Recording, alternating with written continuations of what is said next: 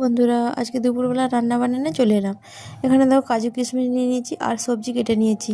বিম কড়াই, গাজর, কড়াইশুঁটি, সব রকম সবজি কেটে নিয়েছি। আজকে বানাবো ফ্রায়েড রাইস। আর এখানে দেখো ভাতটা বসিয়ে দিয়েছিলাম, ভাতটা প্রায় রেডি, এবার নামিয়ে নেব। আর এখানে ঘি আর সাদা তেল দিয়েছিলাম, দিয়ে গাজরটা ভেজে নিচ্ছি, সব রকম সবজি ভেজে নেব। আর এখানে খাসি মাংস বানাবো, তার জন্য মাংসটা আগে থেকে সিদ্ধ করে নিয়েছিলাম। মশলাটা কষিয়ে নিলাম, নিয়ে হাফ সিদ্ধ করা মাংসটা দিয়ে দিলাম। পেঁয়াজ, টমেটো, আদা, রসুন, জিরে গুঁড়ো, ধনে গুঁড়ো সব দিয়ে মাংসটা কষিয়ে নিলাম। মাংসটা 80% সিদ্ধ করেছিলাম।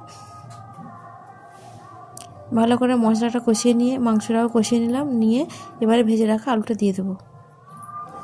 দিয়ে আবারও একটু কষিয়ে নেব, নিয়ে পরিমাণ মতো জল দিয়ে দেবো।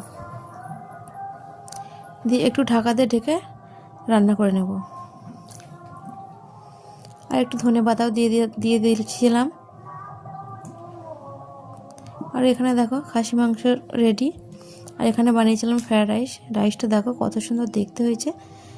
আর ভাতগুলো দেখো পুরো সব গোটা গোটা আছে, একটা ভাতও ভাঙেনি। খুব সুন্দর দেখতে লাগছে, খেতেও খুব সুন্দর হয়েছিল।